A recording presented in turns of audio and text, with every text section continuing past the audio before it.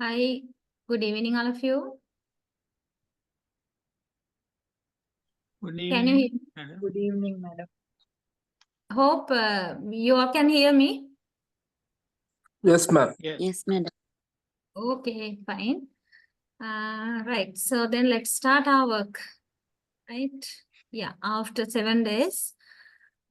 Hope you remember what I was discussing during our first session. And today I want actually to continue, right, from what I have stopped with the topic, the rule govern nature of language. So before that, can I know whether you all have received these materials? Do you No, have madam. this? I have sent this to the office. You have not got it yet. No, madam. Really? So what are your options then? I mean, I don't know. I mean, the thing is, only option available for me is to send the notes to the office, right? I can't be sending this to the students individually, no, right? So I have sent, and if you don't get by time, then what is your plan? You like to have a group, or I don't know if it is convenient, whatever. The thing is, by the time you come to the lecture, better to have the material, lecture material. So that's what I told to you during the previous session also. Then it is really convenient for you if you have the notes with your hand. We asked many times, Hmm. but they You were not given. yeah. So, right. So, you tell me now, there are 18 students here, right? Yeah, 18, 19. So, what is better? You suggest anything. Whatever comfortable or convenient for you, I'm okay. My point is, as I'm always telling, by the time you come to the lecture, better to have the notes. Madam, Huh? can't you send to the group? We have a Which separate group? group. I'm not. You mean your official group? It is, yeah. Normally we are receiving messages through that group. Sir also there, Rishad sir also there. So then I think I'll talk about it with him, right? Only thing is I want to send the notes to you, that's all. And if the office is not going to send you the notes, then either I have to join the group or else we have to go for another option. Anyway, I'll talk with him. Okay? And let you have the notes. But actually, I was under the impression that by the time you come today, you would have this. I was thinking that you have this note. That's the thing. But you say you don't have this, right? Yeah, it is not going to be productive, anything productive. That is the thing. So what is your usual practice with the other subjects? With the other subjects? They sent, madam, To what? To the, previous lectures. Yeah, madam. Previous lectures notes. I mean, Normally, yeah. after the session, they send. Sorry? Normally, after the session, they send the PDF. It means the presentation. No, from where do you get Shafiq? That's what I'm asking. From directly from the lecturer or Yeah, from the we office? get from Oh, what? to the group research sessions. By whom? It is shared by a research. That is the thing, no? Yeah, right. That is the way. So anyway, I'll talk But with the him. thing is after the session. But the thing is, we get it after the session. Anyway, I'll talk with him and Okay. find a means of having them before the lecture, because now I don't want to talk about the other subjects actually, right? But I want you to have some idea before the lecture. Then it is really easy, because now I am meeting you once a week, no, after 7 days, and by the time you meet me next, you definitely must have forgotten what we have discussed during the previous lecture. So it's quite, I mean, useful if you can have the materials to have a look at the previous discussion as well as the coming topics, right? So that is how you just maintain a continuity, right? Kind of a smooth flow. So therefore, okay. Anyway, I'll talk with Mr. Richard and we'll see what we can do for that, right? Okay, then.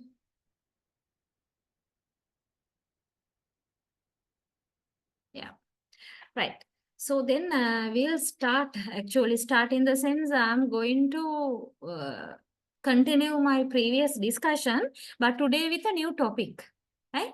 New topic, and that is the rule governed nature of language.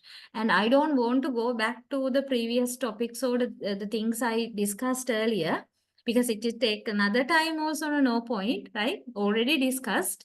So therefore, I would like to continue from this point onwards today. The rule governed nature of language. Actually, you still have to know what we have been discussing. Basically, we were talking about the nature of language, right? And we were talking about the signs and all these things. And this is another aspect of the nature of language, right?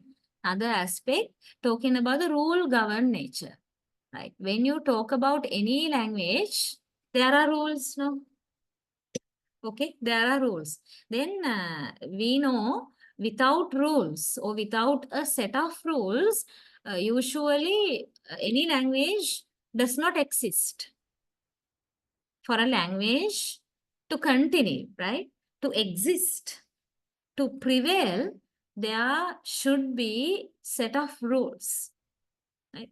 That is the basic idea.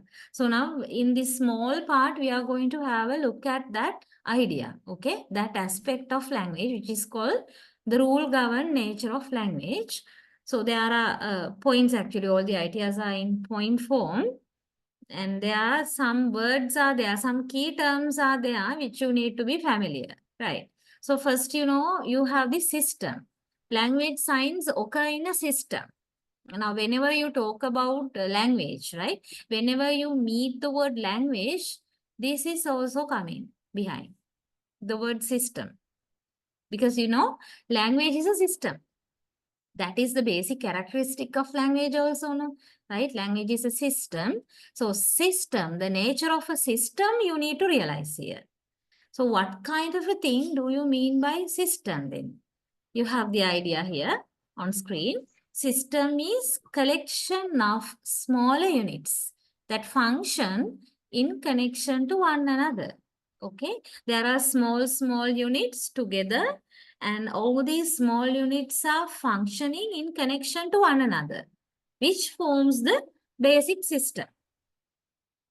Okay, then you have to understand on which principle or on which basis are these small units connected to each other. Now, although we simply say these small units are connected, we have to know what is the basis.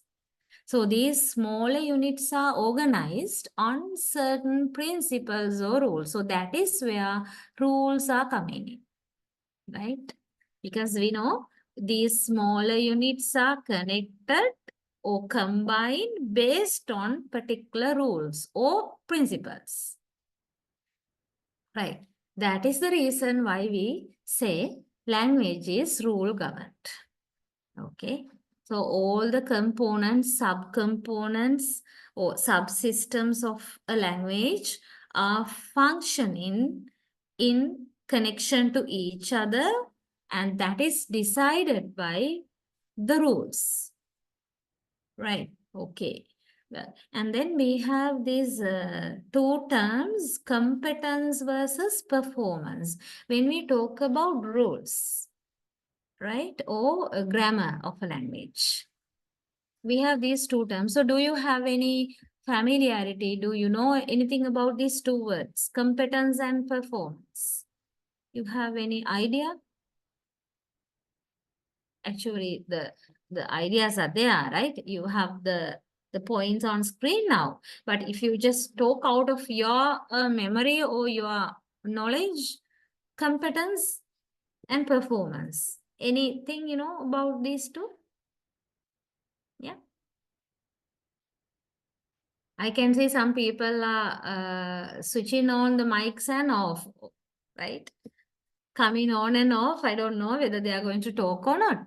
But still you can talk, right? If you know anything about these two words now. Grammatical competence and in one side we have grammatical competence. On the other side we have the word performance. As you can see here. Grammatical competence versus performance, right? What do you mean by this competence? You have the idea on screen here, but what do you understand by that? Simply, in simple terms? Yeah? Anybody?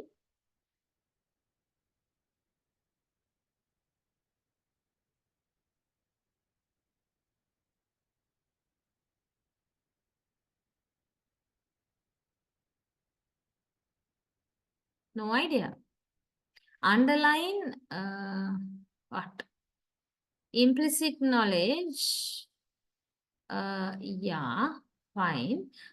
Underlying system of a language, which is a part of the internalized grammar of a speaker. What is that? Competence is the underlying system of a language. And this system is the part of the internalized grammar of a speaker. In simple idea, actually, what do you mean by this sentence? Competence of somebody regarding a language means what? Yes? Sumaya, you have anything to say? Able to express the mm, Yeah. Ability to express, what do you mean? Ideas? yeah, madam. Yeah, okay, right. So we have the ability to express ideas only if we know what? Grammar. Right?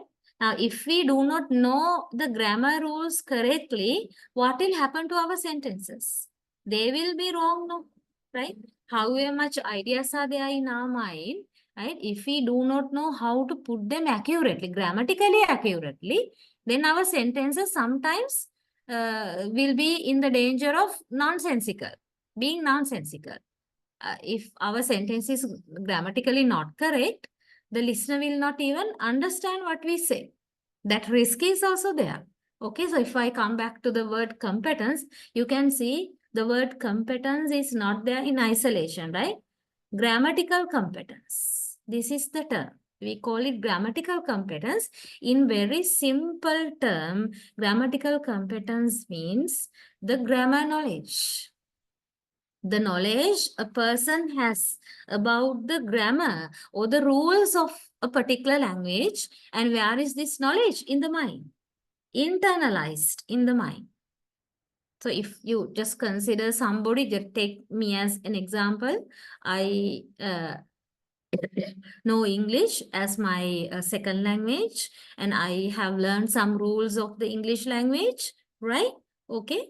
I know the rules of the English language. I'm not telling all the rules, but I know rules to some extent. Then where are these rules in me? In my mind, internalized, right? Yeah, in my mind. Okay, so that is my competence, the knowledge I have about the grammar rules of any language. Okay, it can be the mother tongue or second language or any other foreign language, whatever.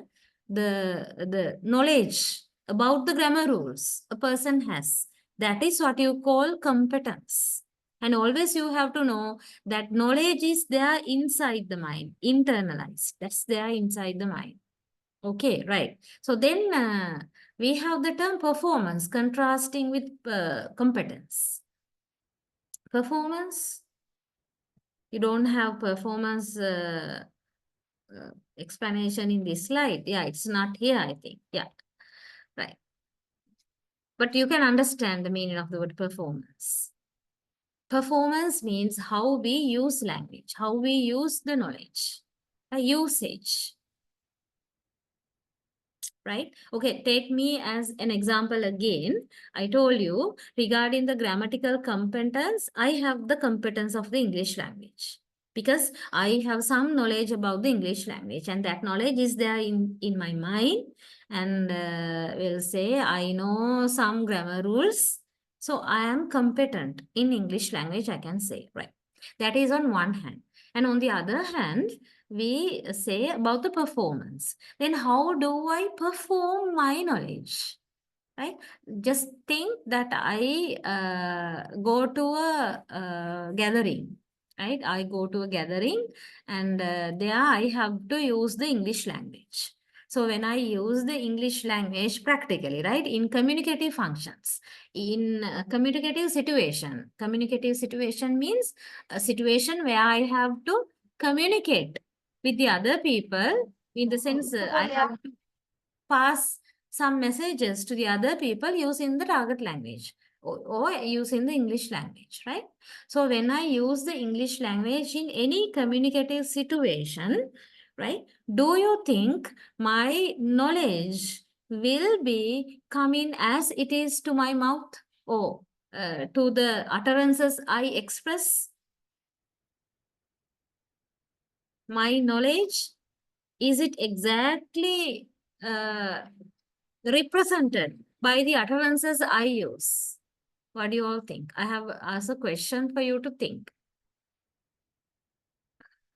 In other words, okay, I will ask the same question. In other words, do you think my competence and performance are equal or are same?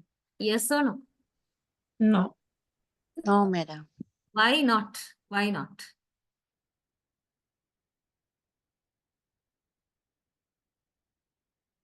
You must have a reason to say no. Yeah. Why not?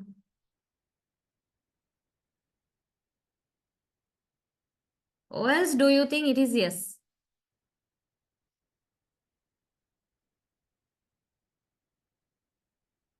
Yeah. Any idea? Why don't you think our knowledge is not exactly represented in our performance?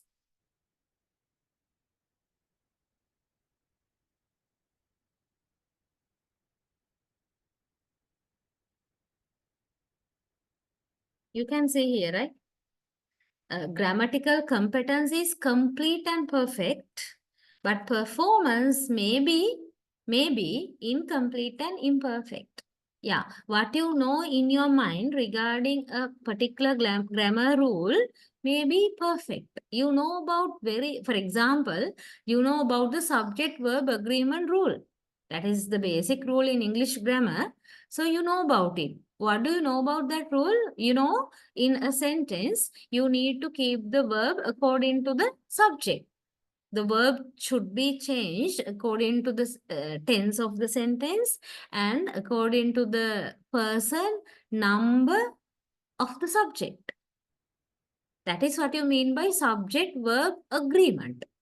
So you know that rule very clearly and that is there in your mind. That is your competence. Okay, that belongs to your competence. But when you are talking in English or when you are writing something in English language, don't you think that there are some the situations where you would be doing mistakes? Mistakes in writing sentences using the subject-verb agreement rule correctly. There are so many mistakes happening, right? Some people, they don't put S to the end of the verb even when the subject is singular in number and third person. And the sentence is simple present tense. They don't put. What is the reason? Is it that they don't know the subject verb agreement rule, or is it that they don't have the competence? No, they know the language. They know the knowledge. They have the knowledge. They are competent. But when it comes to perform that knowledge, there are some shortcomings. There are some irregularities that may cause due to certain reasons. One reason may be for example, excitement. Another reason maybe you don't get the words quickly to your mouth. Although you have the idea in your mind and although you know the rule very well, still you may not get the correct word when you are talking very quickly, right? So therefore you may use wrong word. And as a result, you may go wrong in grammar also, although you know the rule. Okay, right. And there may be slips of the tongue. So likewise, there are a lot of practical issues that can influence the correct use of the knowledge. And the nature of that is identified as the performance, right? Here, in simple terms, competence is the knowledge, whereas performance is the actual usage of that knowledge. And theoretically, we say competence is complete and perfect. Right? People learn the grammar rules perfectly. And also these grammar rules are stored in their minds also completely, not half and half, no, right?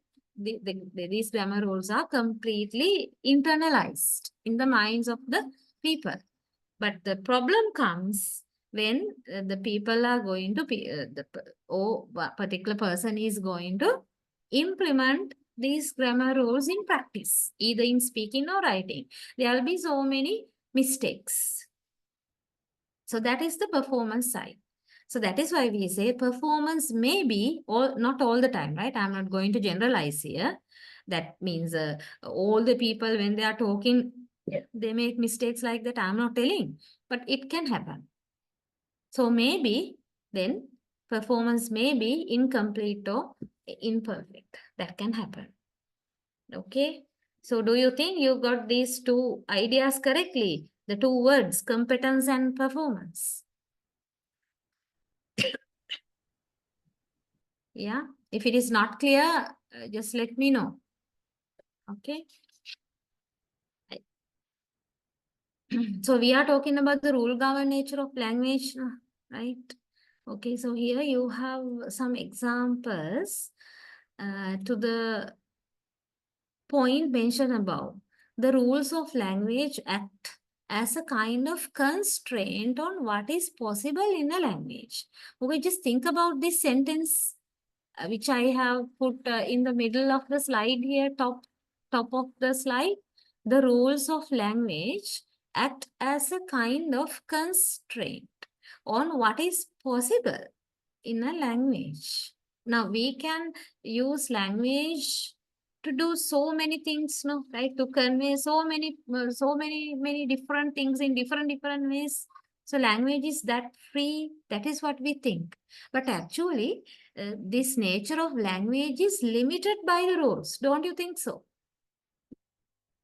Because we have to follow the rules. We can't be composing sentences as we wish. We can't put any class word to the subject position of the sentence. Only the nouns or noun equivalents. We can't put verbs in the subject position. No? And similarly, we can't put adverbials in the object position and identify them to be objects. No, right? So likewise, we we don't have the freedom to use language in any way as we wish. That freedom is curtailed or restricted in certain aspects due to the rules. So that's the idea here, right? The rules of language act as a kind of constraint on what is possible in a language. And here there are some examples for you to understand that point. As we are talking about the rule governed nature of language, get some idea about this point also. Okay, I will just keep quiet for 1 or 2 minutes because you don't have this note earlier, no, right? So you can all of you read on screen and get some small idea about this example.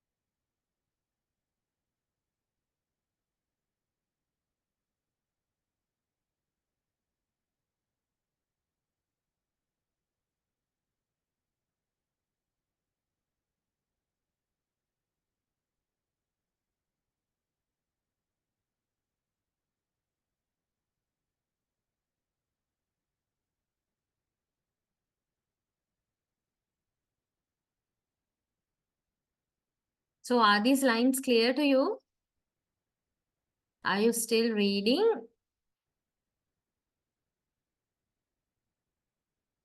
Let's see.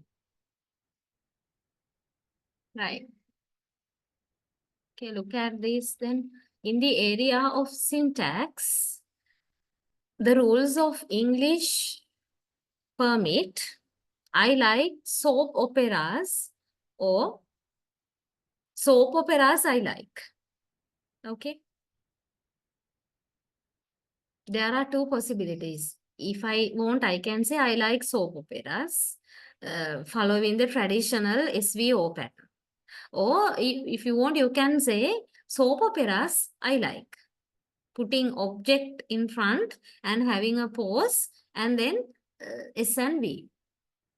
Either way is okay in colloquial English, right?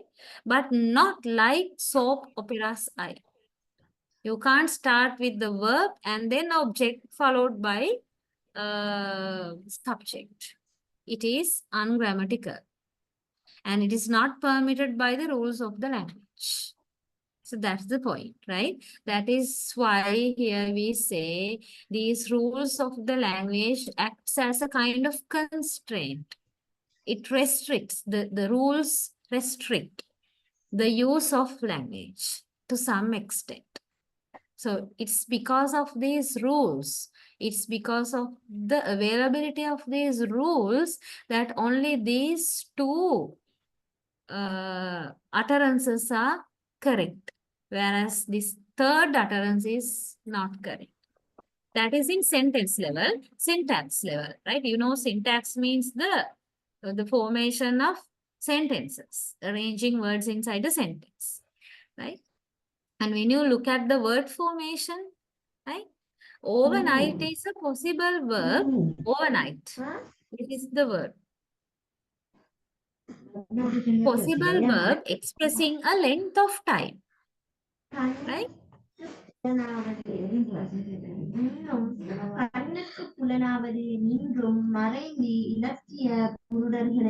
Please mute your mic.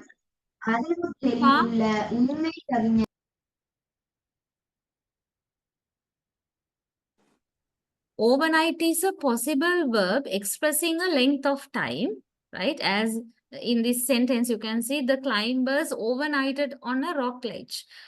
But for you, I think to some extent, this verb overnight may not be that much familiar, but still we can use overnight as a verb, right? As a verb expressing length of time. So you need to understand the sentence very clearly, right? The climbers overnighted on a rock ledge. So what does that mean? The climbers spent one night on a rock ledge. That's the idea. Overnighted. Talking about the action with the meaning length of time. So overnight. And similar word is there midnight. Right? Overnight, midnight. Somewhat similar, right? Both words have this root, same root, night. Somewhat similar. And midnight talks about a point of time.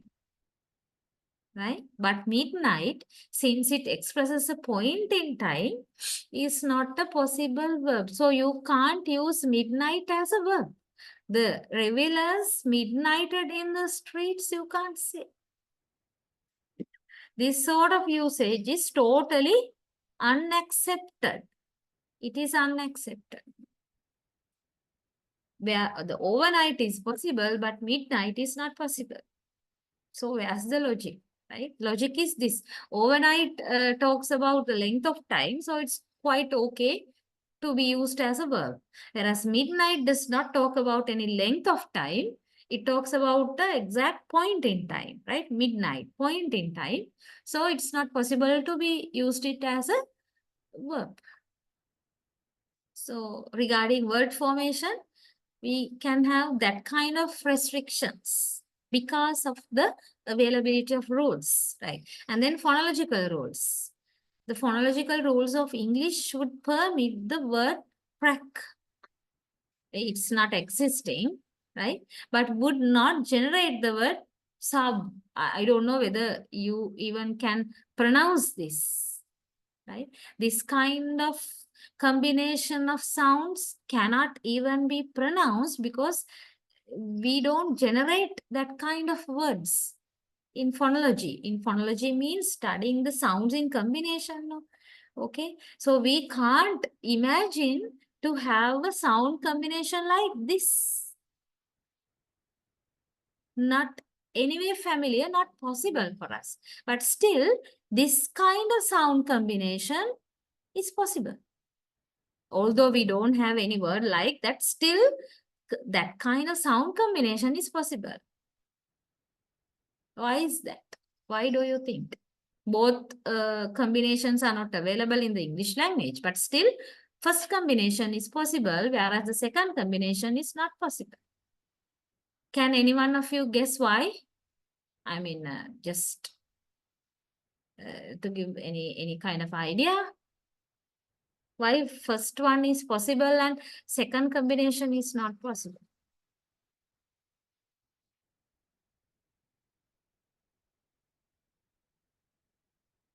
No idea.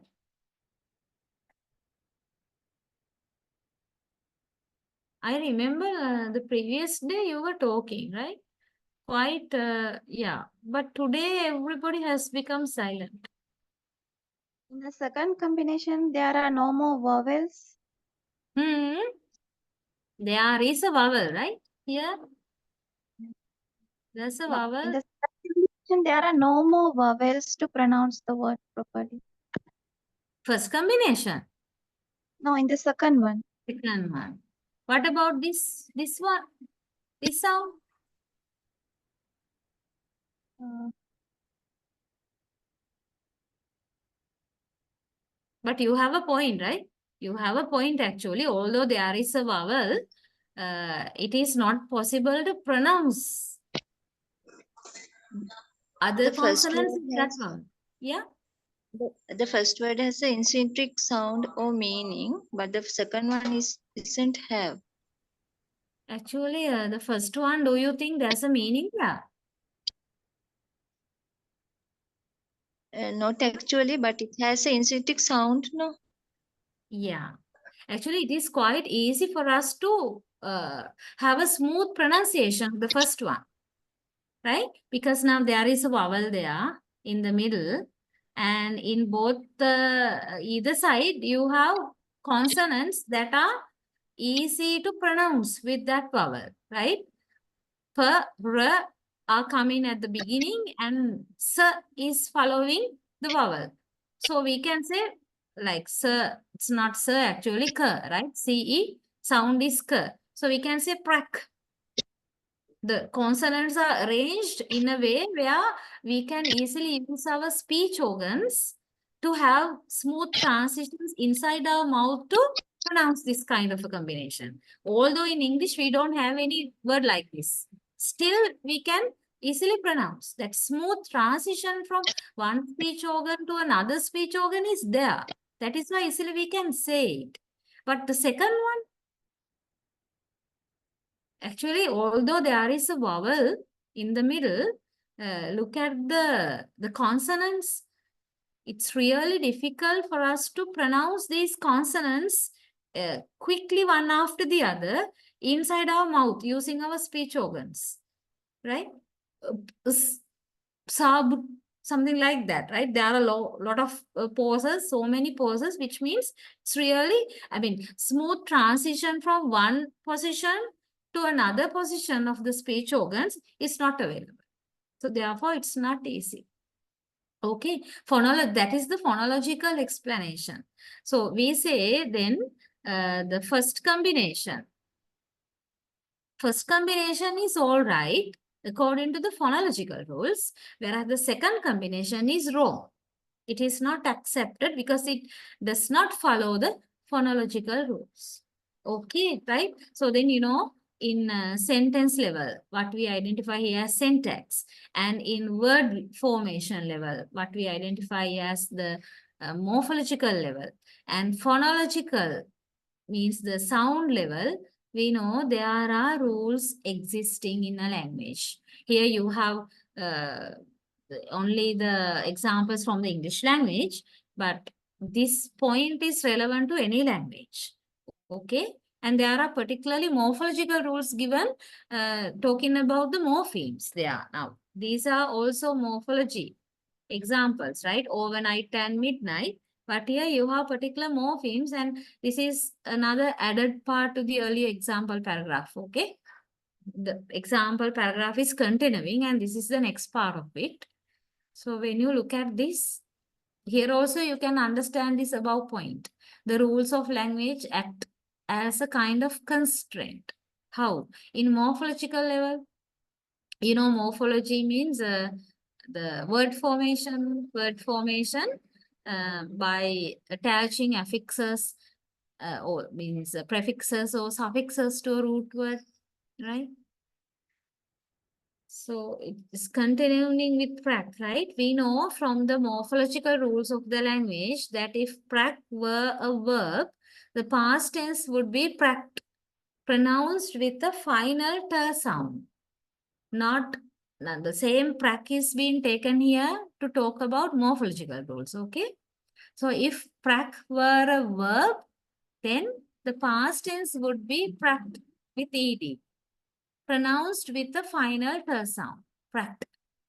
Not the d or ed sound that is found in other past tense forms. And if prac were a noun, the plural would be pracs, something like that, pronounced with the final s sound, not the s or z sound, pracs. That is found in other plural forms. Here actually one point is being considered, taking this word prac as an example. But still you need to remember here also there is no English word called prac, right? This has been taken just as a model to understand this point. So the point is this, in simple terms, there are some words, okay, let's say verbs. There are some verbs in English language that have past form, okay, past, all the verbs have past and past participle forms. And among them, there are verbs that that are there in the past tense form, right? The pronunciation would be t. Final pronunciation, I mean, final consonant sound is t. For example, W-O-R-K. W-O-R-K-E-D. How do you pronounce? You use the verb at a factory last year. How do you say the verb? What is the final consonant sound of work plus Wet. ed? Wet. What is the sound, final consonant sound? T or d? It. Good. That is t, right? I worked at a factory last year. Right? In writing, we write ed, but I'm talking here about the pronunciation. So, okay, because now we are trying to understand the complicated nature of the rules and complicated nature of the language, which is created by the complicated rules, okay? So that is one happening. Certain verbs in English end with ta sound in their past forms. And certain other verbs end their sound. Like, for example, clean, C-L-E-A-N, clean when you use it as a verb. I clean plus ed the room yesterday. What do you think about the pronunciation, the final consonant sound of clean plus ed? D. That is d, right? D. So you can see the differences. This is one, the other one, this. So in both cases, we add ed to make them past now, right? To make them past tense. In writing, okay. But in pronunciation, right? Both are belonging to the past tense and both use ed in the written form. But still in the pronunciation, work end with the sound. Whereas cleaned end with the sound. And there's another one also which is not mentioned in this example. What about this? Paint. I want to say the past form with ed. What do you think about the pronunciation? How do you say? Painted. It? Painted. Yeah, painted. Which means it is the last sound is similar to id. Id It. sound. So you can see same thing, same past form. Here you have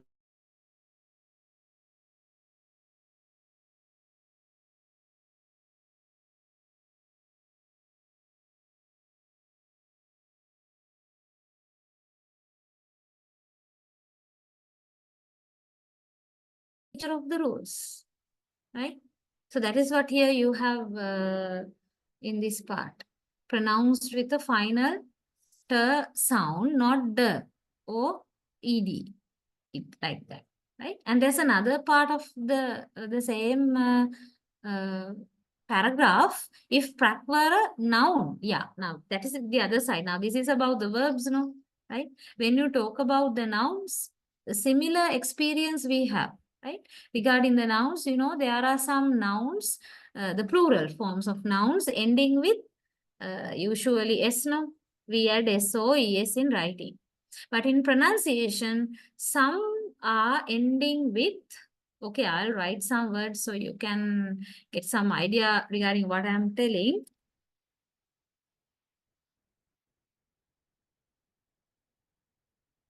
Unfortunately, I can't type G. I had that problem the previous week also, so I'll write it here. Okay, like this. Okay. Now you tell me how you are going to pronounce these two sounds, the end of these two. Cats Two and words. dogs. Yeah, Cats in this- and dogs. S Here in sound first and Z word, sound. S, we have S sound. S S sound, sound. right? Second S, one is Z sound. cats, Z sound. cats. And the second one, actually, you don't call it Z sound, right? S, Z, these are actually the letters, which you find in Roman alphabet, where there are 26 letters, right? And these are sounds. So we say sounds as the first one, Z, which you find at the end of cats. And the second one, Z, which you find at the end of dogs.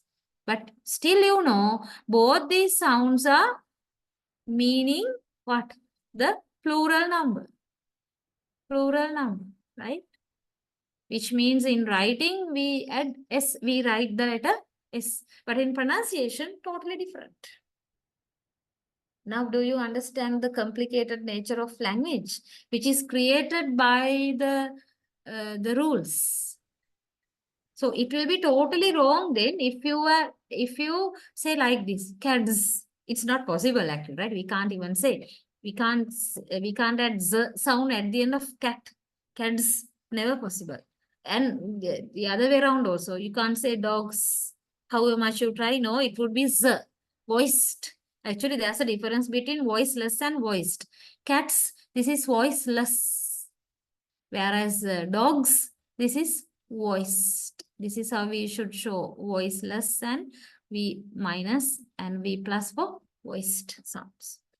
Okay, right? So this kind of discrepancies are existing, are prevailing in a language, and these are created due to the rules, application of different rules. I hope I have made this example clear to you. Rather than the example, actually this point, this sentence. Okay. Right. So my idea is actually if you had the hard copy of the note, you could have taken down these additional examples there. You could have added them rather than writing them elsewhere in separate sheets. Okay, right. Anyway, I'm going to clear my drawings And I would go to the next one. Talking about the language universal. Right now I have talked something about the rule governed nature of language. So I don't want to go in detail on that, right? You have some idea about that aspect. And then I'm coming to language universals, innateness and creativity under that topic about this notion of principles and parameters. Just like the competence and performance which we discussed earlier, here also you get two words, principles and parameters. Two different terms that are that have their own meanings. Okay, right. Before that, you need to, just understand approach to that language universals. So we say language universals are the features of language which are not language specific. Language specific means language universals are not depending on the particular language, like Sinhala language has its own universal features and English language has its own universal features and Tamil language has yet another its own universal features. No, nothing like that, right? All the languages that are existing have common universal features, have common features in general, and they are called these language universals. Okay, irrespective of the particular language, be it Sinhala or Tamil, French, Japanese, whatever. Okay, right.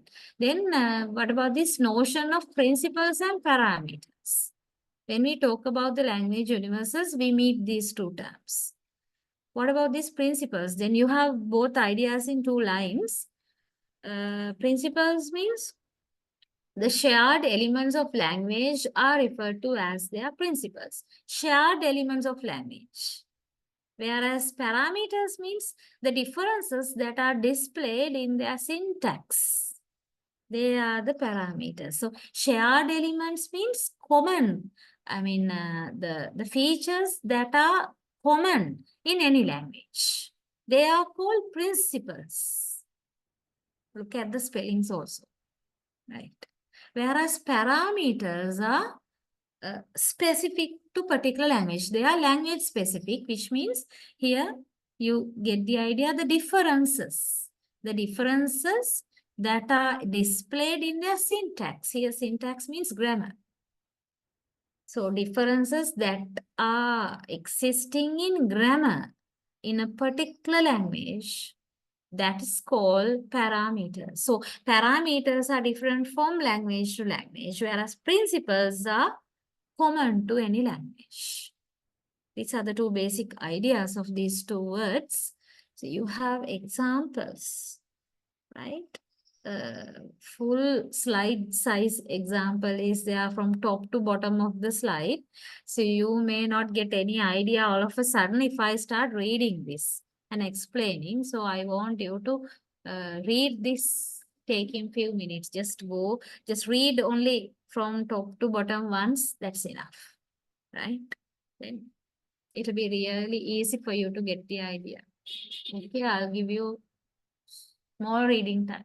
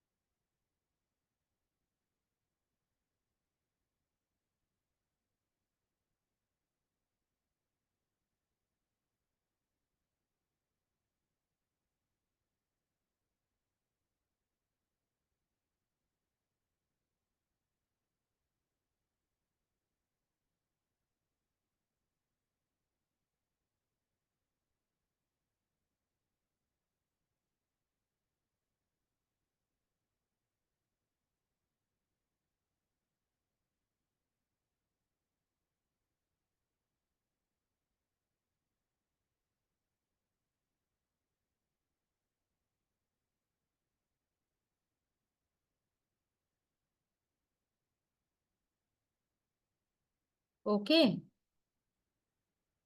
Did you read and get some idea about this example? Actually, this very clearly shows the difference between these two terms, principal and parameter, regarding the subject of several languages, right? The use of subject.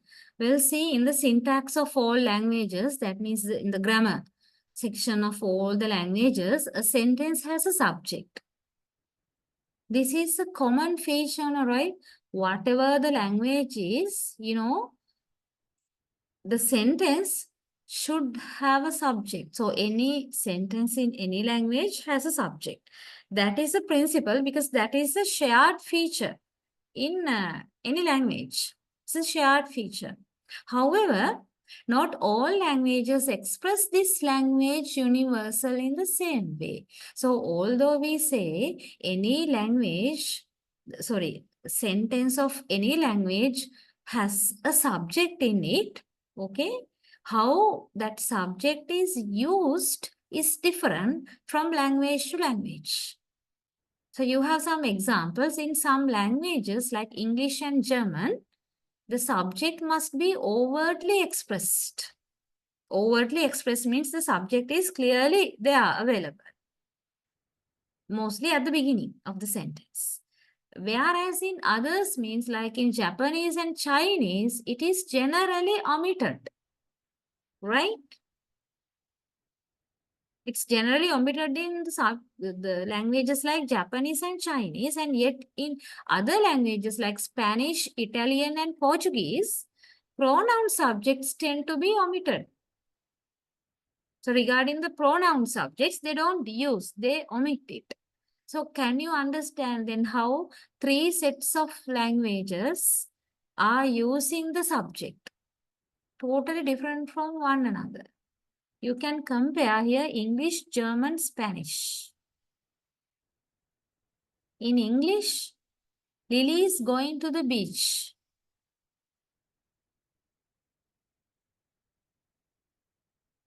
Right?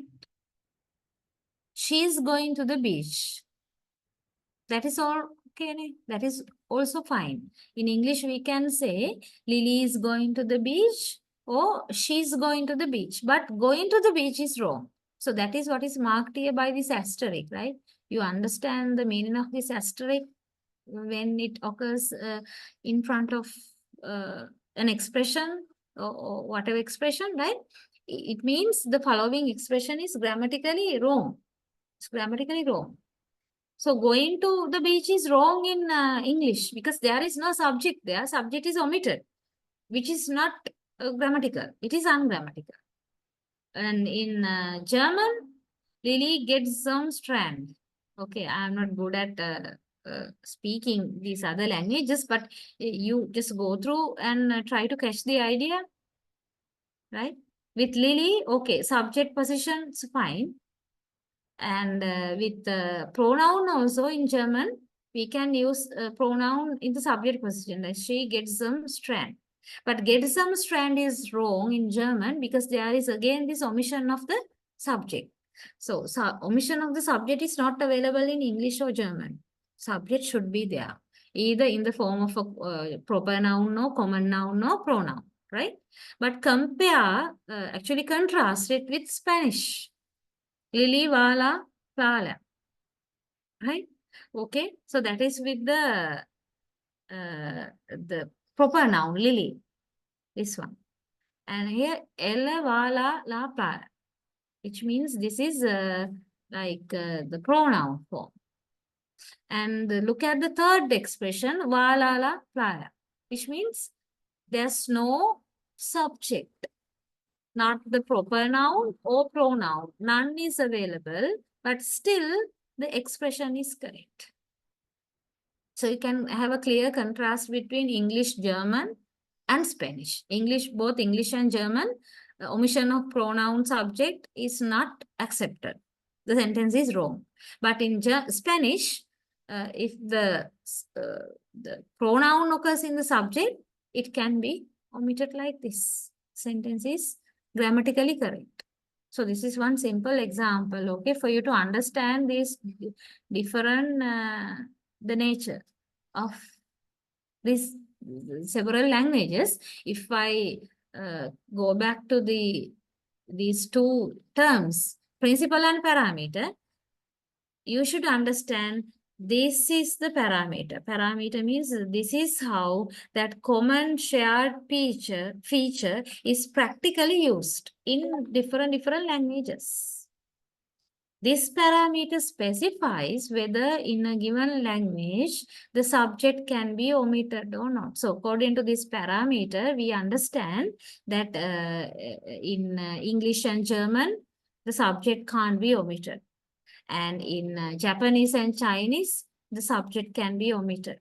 And in Spanish, Italian, or Portuguese, if the subject is a pronoun, it can be omitted. Likewise, what about the description? That kind of description can be identified in the light of parameter, not as a principle. Principle is a sentence, whether it belongs to any language, should have a subject. Sentence has a subject. That's the principle.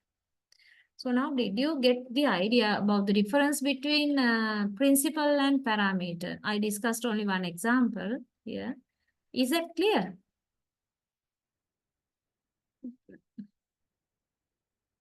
If not, you can just ask from me. Okay, right. Then if we talk about UG means the universal grammar, includes both principles and parameters, which together explain the features that all languages share and the syntactic differences which make each language unique. Okay, right. So any language has this principle and parameter, this set. And both principles and parameters explain the features that all languages share, and also the differences among them. Okay, principles are talking about the common features, whereas parameters are talking about how one language differs from another language regarding the usage or implementation, the function of these theories or principles. So that is the point there, right? Now, we have a small work. We, in the sense, you have a small work, right? Now, look at the screen. As you have not got the note, there's a question there. And you have some statements. Look at the following statements and decide whether they represent principles or parameters. Within brackets, you have the explanation of these terms again, right? Principles means universal features of languages in general, the features that are generally shared.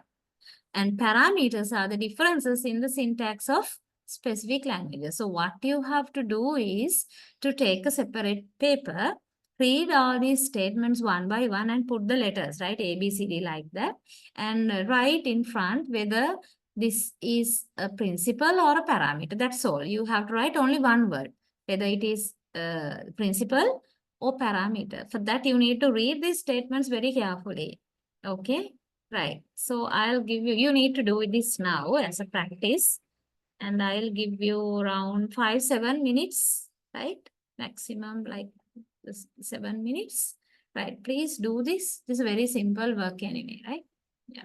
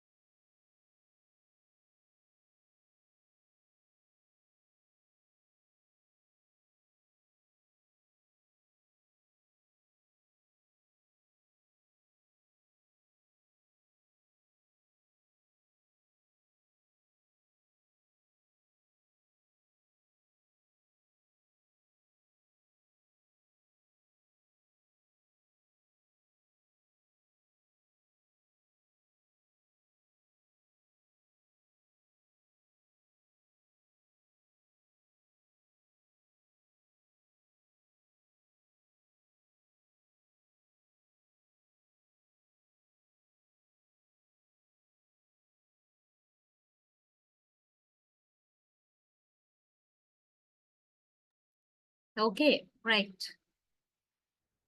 Finish.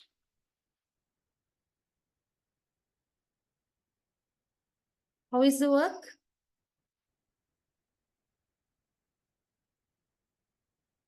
Now you have to talk. All right. First, I think time is enough. I have given you more time than I promised also. First one, in statements, the subject precedes the verb. I think you can understand what is meant. Parameter. What It's a do you think parameter. about it? The subject precedes the verb in statements. Yeah. Parameter, you say. Yeah, parameter. Yes. Parameters. Why? Do you have any reason why you should say it's a parameter?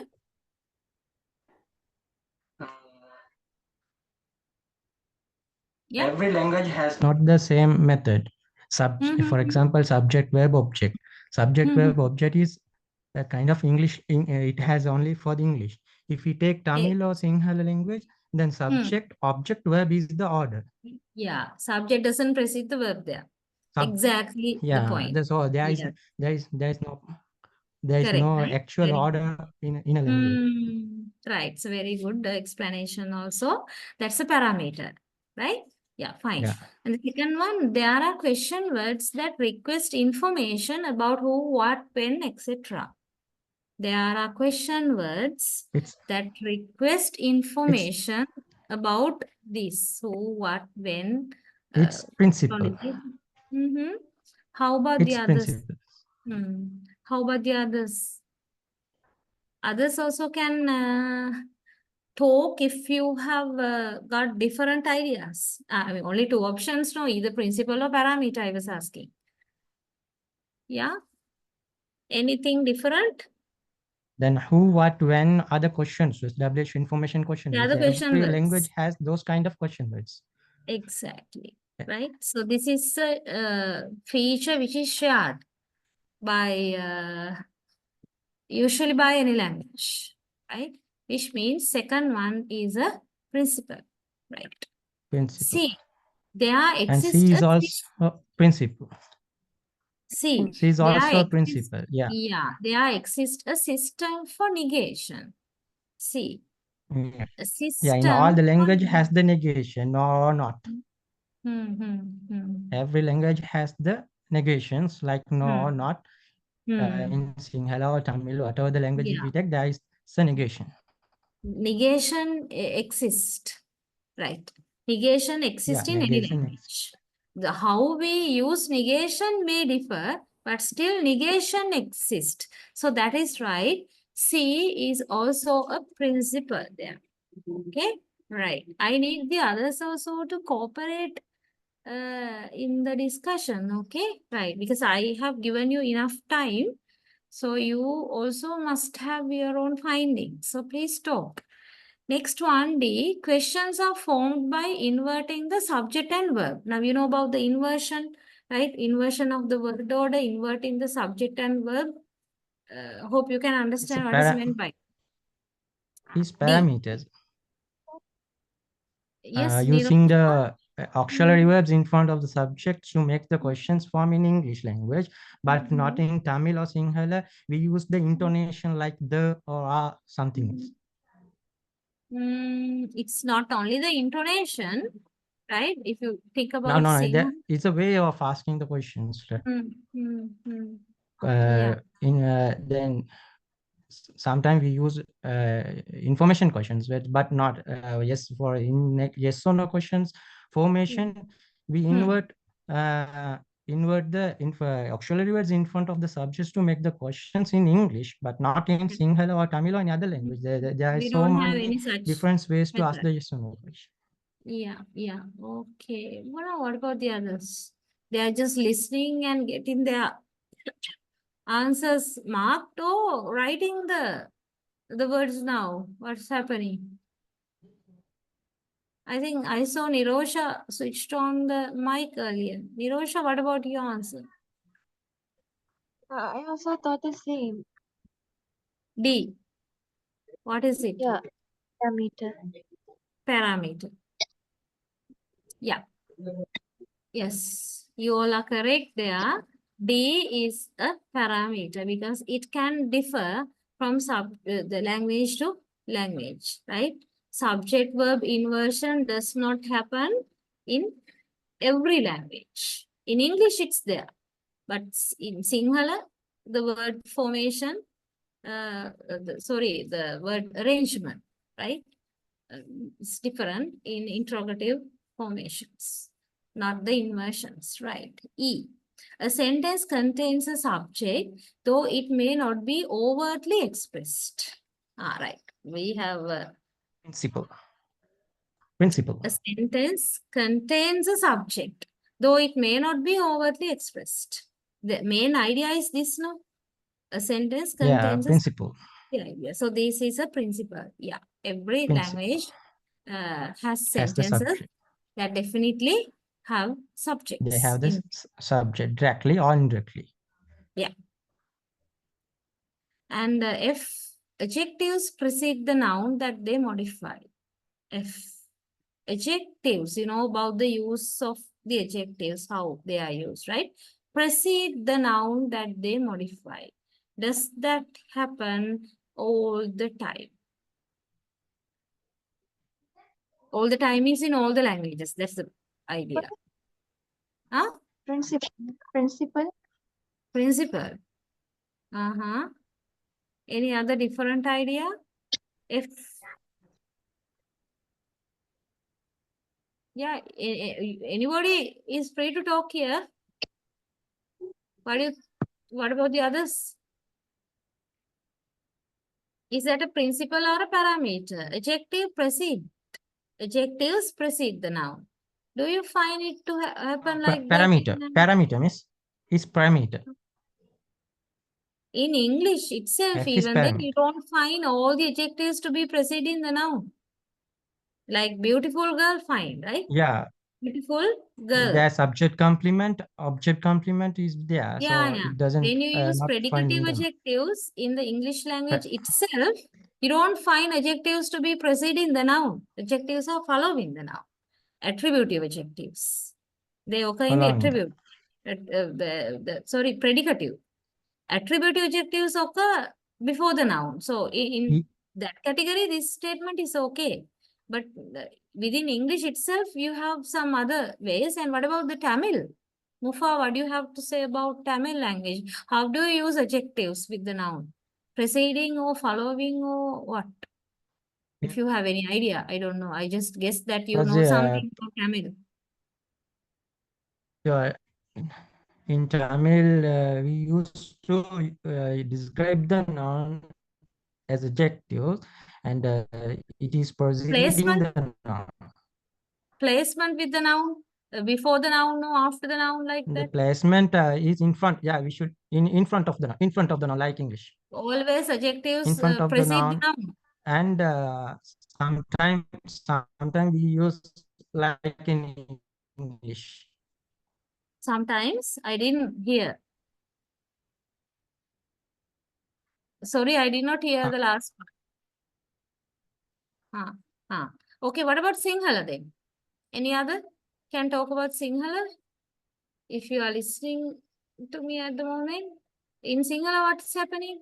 Adjective and noun connection, location. Do you have anything to say about that? Sinhala language. Before the noun. In Sinhala is also Before the same noun. like Tamil, no? In front of the Before noun. the noun, are you sure? Adjectives before the Now noun we we can use. say. All right, now we can say usalamaya in Sinhala, right? Yeah. Right? Usalamaya, we can say like in English, tall boy. And at the same time, can't we say aralamaya hari usai? Can't we say in Sinhala? We can say, just like in English, that boy is tall. Which, okay, I think you all are following my point. Which means this is not correct all the time. This is not a universal feature. That adjectives preceding the noun, that story is not universal. in the sense it is not a shared feature. It can be seen in some languages, and in certain languages also it's limited, right? The usage is quite limited. All the time it doesn't happen. So F is a parameter, not a principle, right? Okay, G. The basic word order of a sentence is subject, verb, object. SU means subject, verb, object. G. Basic word order. Parameter as like as a, no? Yeah, we met this It's earlier also also, a right? parameter as like as a. This is a parameter because, you know, this is true only in English language. When you talk about Sinhala and Tamil, that is SOV, right? So this is a parameter. And H, in statements, the subject must be overtly expressed. H. In statements, you know about the statements, right? Not the questions, not the imperatives, not the commands, nothing like that, right? Statements. The subject must be overtly expressed. Get the idea? Then do you think it to be Parameter, no? happening in all the Parameter. languages? Parameter. No, it is not a principle, right? It's a parameter. Yeah. It can change from language to language. There are now, can you remember the early example I took, right? In Spanish, we don't have subject. We, in the sense, the people who use Spanish can even omit the subject. So We also we have the same method like gonna go. yeah, yes, no subject, right? We can overtly, we don't have to overtly expressed. We can omit. So H is a parameter. Yeah. Tense is indicated by adverbials. Next one, I. Tense is indicated by adverbials. So It's also what do you think? parameter, no? Yes. In English language, how do we indicate the tense? The time of the action. There are so many ways. Actually, basically, we indicate the tense by the verb. In English language, right? Verb. Verb shows the tense Auxiliary now. verbs. Auxiliary verbs mean Not only the verbs. auxiliary verb, even the lexical verbs. If we Yeah, put it's ed, the you lexical know, verbs, it yeah. belongs to the past tense, right? The verb phrase shows the tense. Apart from the verb phrase, adverbials are used. Okay, like I went home yesterday. There, yesterday is the adverbial and went is the verb. Yesterday adverbial. So by looking at yesterday, I know that this sentence belongs to the past tense, like that. But what do you understand by this statement? Tense is indicated by adverbials. It doesn't happen like that all the time. No. If you just compare it with other languages, Tamil, those who know Tamil can talk now. And those who know Sinhala can talk now, please. What about in Tamils? Right now, Muna is contributing quite a lot. I really appreciate it. But I would like the others also to raise your voice, at least to talk about your language, your experience, right? What do you think about your language? So what do you think about using this adverbials to show the tense? What happens in Tamil? Are you using adverbials to show tense, like past tense or future tense? Or now future tense in English we can show by like telling tomorrow, day after tomorrow, next week, next month, next year. All adverbials indicating the tense. What about Tamil? Future or present or past tense, do you show using any adverbials? Tamil also using adverbials like nalaki, indaki, something, some kind of adverbials we use to But it show is the not a tenses. kind of, in And Sinhala also we have like those adverbials. But the thing is, adverbials are not the only means available to show the tense now. That's the point, right? Tense is basically indicated by the verb phrase. sometimes we'll have to use.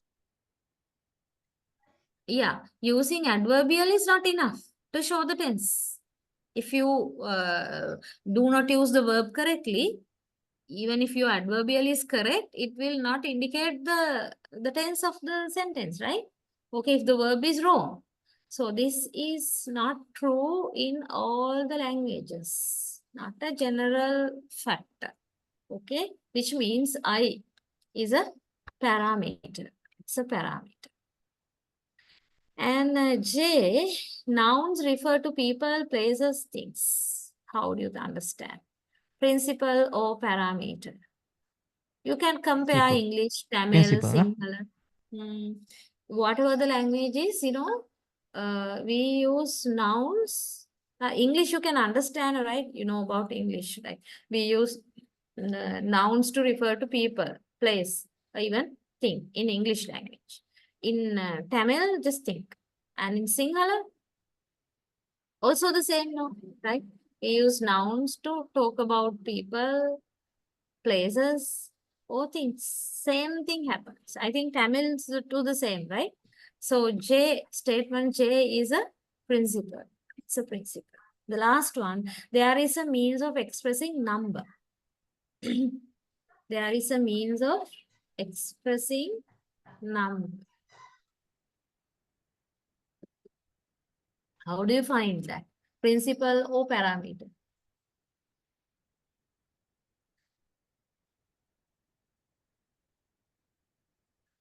We express number. There is a means of expressing number. So how do we express number in any language? Is it common to all the languages or particular to some languages?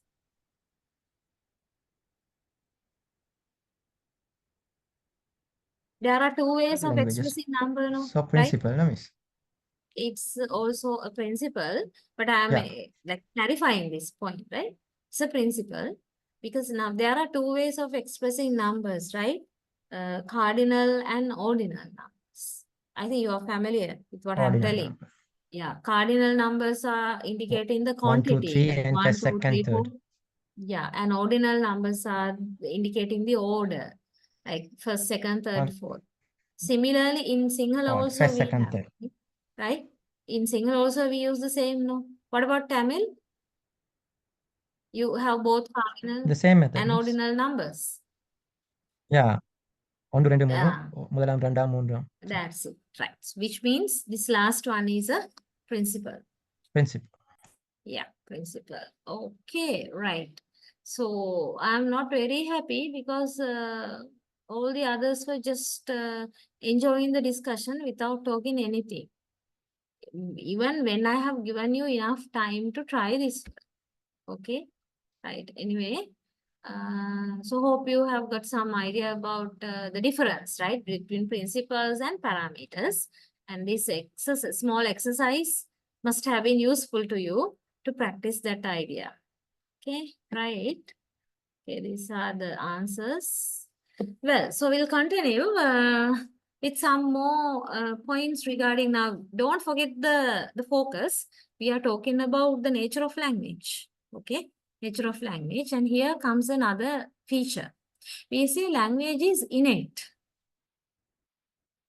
Right. Another totally different feature. Language is innate. Now, when you talk about this, you have to know about the nature of language, especially in relation to Noam Chomsky, also the theorist. Innate theory. Innatism is one famous theory talking about the language acquisition. So there you get this concept, LAD, language acquisition device, that is presented by Noam Chomsky. So you need to understand this term. What do you mean by innate, right? So let's see. People are born with an inborn capacity for language acquisition and are generally equipped to learn a language. Okay, this is the clue. Equipped to learn a language, not with the language. Not a specific language, but human language in general. Right? So this is the idea in this point, given in this point, saying language is innate. All the people, when they are born, right, they do not come to this world with a language. That's a known fact, right? We are not born with a language. Instead, we are born with an ability to acquire or learn any language depending on the context where we are born, depending on the country where we are born. we can absorb or we can acquire the language in the environment. That ability is there within us when we are born, right? Okay, so that ability is called LAD, L-A-D, Language Acquisition Device. And according to Chomsky, this LAD is located in our brain. Now, usually there are two hemispheres. Usually means actually there are anyway two hemispheres in our brain, left hemisphere and the right hemisphere. Okay, right. So as you all think, which hemisphere has this language ability or LAD is located? Don't think that LAD is a particular gadget which is there in the brain, right? It's a particular area. Which hemisphere, as you guess, left or right? What do you think? This language ability is located in which hemisphere? We have two hemispheres now. Left hemisphere or right hemisphere? Anybody has any idea? You can talk. Left or right?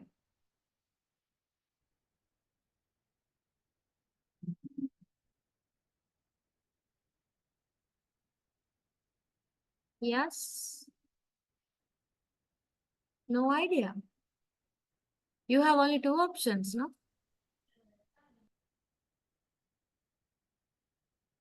You are lazy to talk, right? Anjana, thanks for your response. Both, no, miss.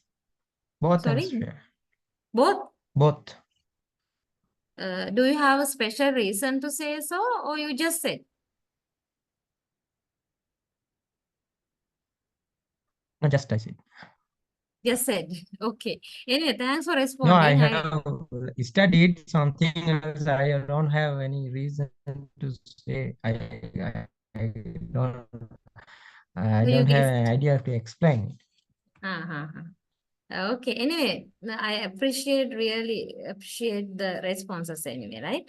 Being we all are in this online forum. So if you respond, that's really nice. Actually, this language ability is located in the left hemisphere of a human being. That's the point, right? Left hemisphere, not the right one. So if if any person gets his left hemisphere damaged due to any reason, due to kind of injury or like accident, case or brain stroke, brain tumor, likewise, for whatever reason, if the left hemisphere gets damaged, that person loses the language ability. After that, the person cannot use language properly for communication purpose, right? He will not lose language 100%, but he might find it's really difficult to use language. So it is in left hemisphere. That's the idea. So LAD is located in left hemisphere. Okay, right. So because here we are talking about the innateness. Now, innateness, you need to understand. Innateness means human beings are born with an innate ability, with an ability to use or learn language. Inborn capacity for language acquisition means that, right? Inborn capacity, not with a particular language, right? And you need to remember this name as well, Chomsky. No, Chomsky is the person who found this, who came up with this idea first. And the second point, a child acquiring a language is innately equipped with both principles and parameters, right? But the parameters become set as language learning progresses. Okay, so this is where you connect language parameters and principles with the innateness. So when a child is born and after that, when it is acquiring a language, right?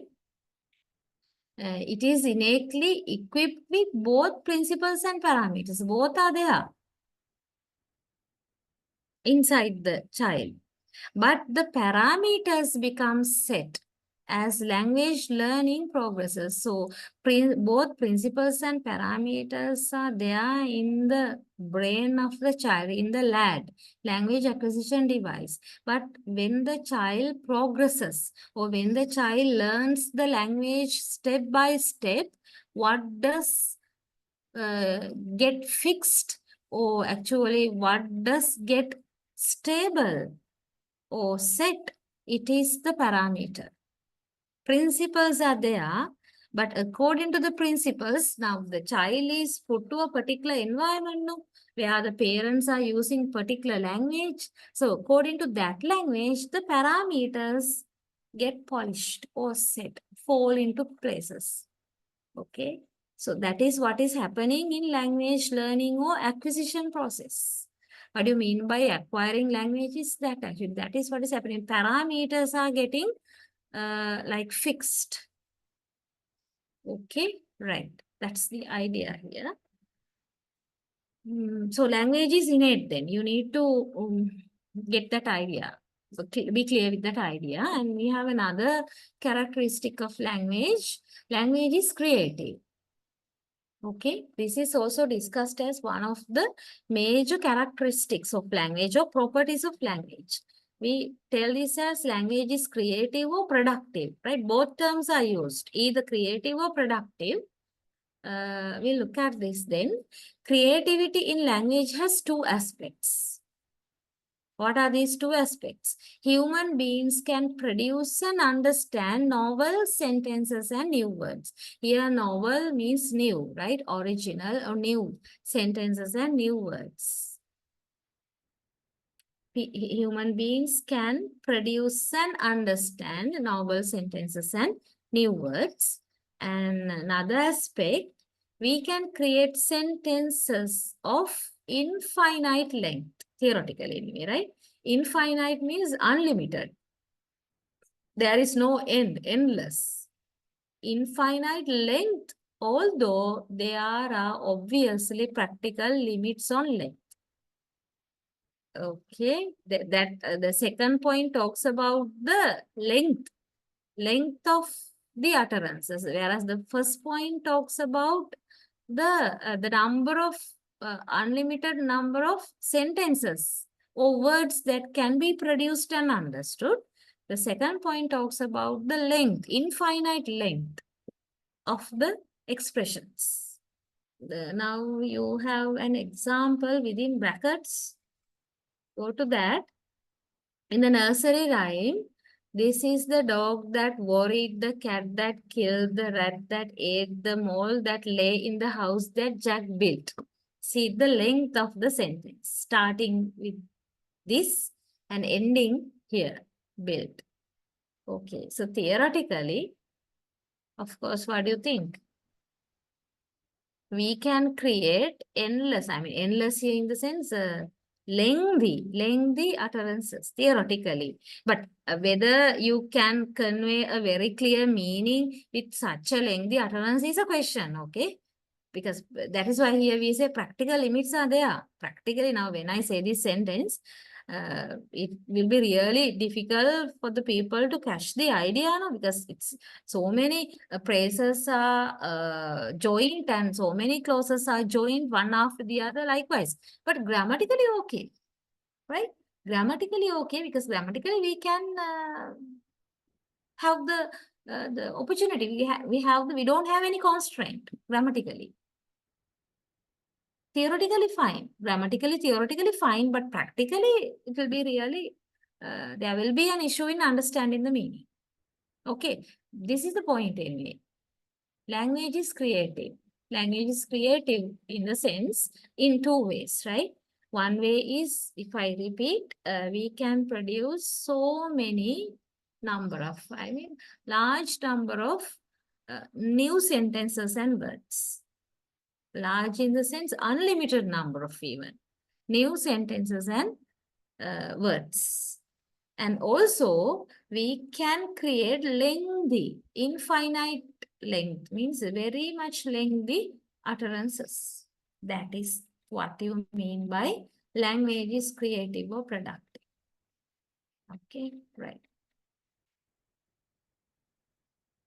Right, then we have this animal communication codes. Something to do with the animal communication, right? Features of animal communication. Now, codes means language. Code, the word code stands for language.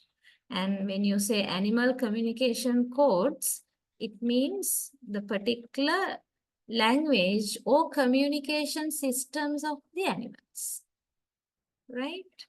Okay, so here you have some, in point form, some features of animal communication codes. So you can just go through them one by one and get some idea. Because, you know, animal communication is different from human language, the language used by the human beings. And there are particular features available in animal communication, just like there are particular features available in human communication, which cannot be seen in animal communication. Animal communication also has particular features. So you can go through these points quickly and get some idea. Most animal languages are indexical and stimulus bound, depending on the necessary presence of concrete stimuli. Concrete stimuli is required usually for the animals to communicate. Stimuli is there, right? And the most animal languages are, we say, indexical. And stimulus bound means stimulus should be there for the animals to use language. But the human beings, what do you think? Stimulus is not always required. Right. Another point, the topic of conversation must be present in the immediate environment. It cannot be displaced in time or space. Yeah, the topic of conversation, in the sense, don't misunderstand this term. We are talking about animal communication. So topic of conversation means when the animals communicate between each other and among one another, right? Their communication, conversation means their communication is based on the present time, number one. Number two, immediate environment, right? Their communication is limited to as well as based on the present time only, which means you don't expect animals to be talking about their past or future. Okay, their communication is limited to the present time, and the other restriction to the immediate environment only, right? You can't find two animals to be communicating about what has happened or what may be happening in another forest. Immediate environment. This is one factor, one point which can be used to show the difference between human and animal communication. But just contrast this with the human communication, right? When human beings are communicating, do you think that they are always talking about the present because their communication is limited to the present time and immediate environment? Never, no. We can talk about past, what happened in the past and what will happen in the future also. Regarding the time and regarding the place, we can talk about anything that can happen in anywhere, right? With the improvement of technology also, even then, even if there's no technology, we still have the imaginative powers now. So we can just talk about what is happening in America now, or what may be happening in the moon, in the Mars, in another planet. Likewise, right? So our communication, human communication, is not limited to the present time or present immediate environment. That is called displacement in relation to the human communication. Regarding animal communication, their communication is limited to the present time and immediate environment. It cannot be displaced in time or space, like human communication, right? Okay. And also iconic and natural, but not symbolic. Animal communication is iconic and also natural, not symbolic. You don't find animals to be using symbols. They are sounds are not symbolic but iconic. Whereas human language, iconic or symbolic, what do you think? Is there anybody who likes to add any idea? Human communication, iconic or symbolic? As you understand. It is symbolic. Okay. Symbolic. Symbolic. The sounds we use are symbols. The words we use are symbols. Symbol here you need to understand with the meaning sign, right? In Sinhala we say sanya, right? With that meaning you have to understand the word symbolic. So symbol or sign is something that represents another meaning with that.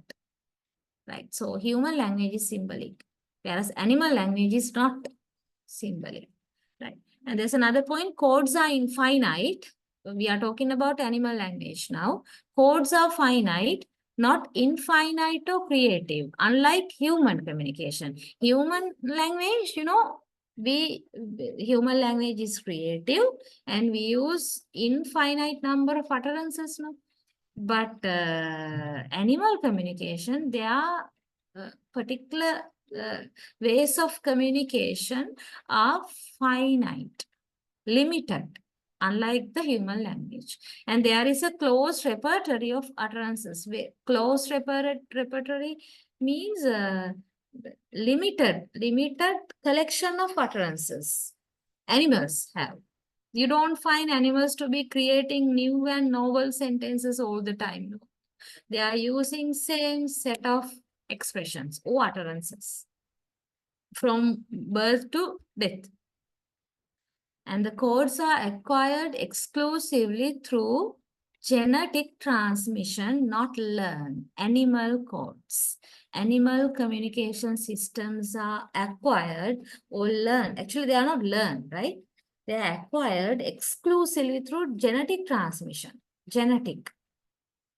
The language of the animals, they get from their genes. And that is why, for example, small kitten, after the birth, after we'll say, no, it doesn't take long for a kitten to start meowing. No? How long? After the birth, how many days does a normal kitten take to start meowing? How many days, as you think, if you have any experience? Right. 2-3 days? Okay. After 2-3 days of the birth, a kitten starts meowing. We must have seen, right? So do you think it acquires this meow sound from its mother cat, mama cat, or any other elder cat? Do you think the small kitten learns or acquires these sounds from the environment? Yes or no?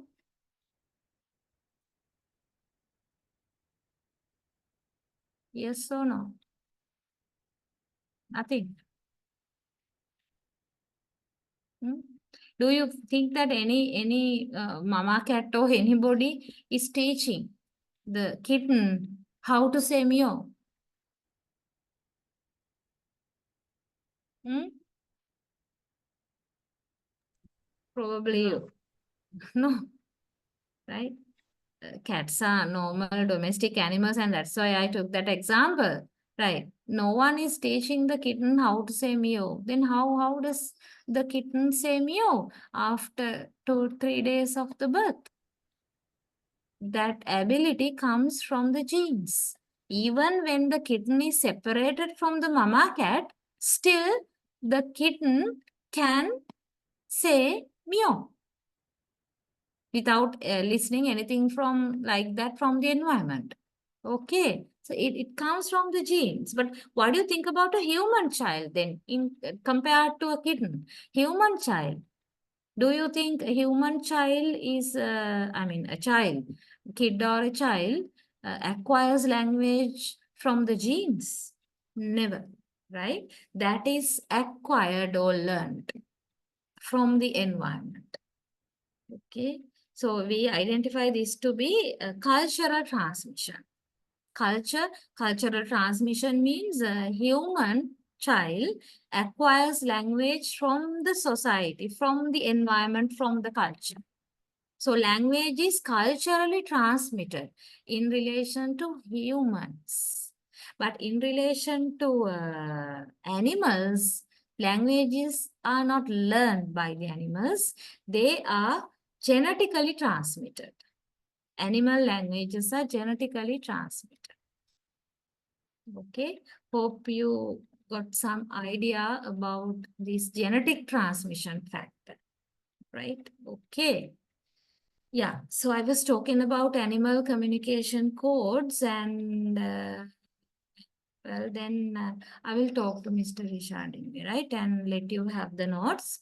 So I have a very small section to complete and I will continue the next day, right? Okay. I will continue from this point in the next day and probably I'll be starting the next lesson as well next week. So hope you would be keep in touch and you would receive the notes as well. All right then. So some have left also already. Anyway, so have a nice week, everybody. Let's wind up now. Right? Okay. Good night, Thank all you of so much, you. ma'am. Good night. Thank you so much. Good night, Good ma'am. night. Okay. Thanks, Jennifer, for your comment. Right. Anyway, good night.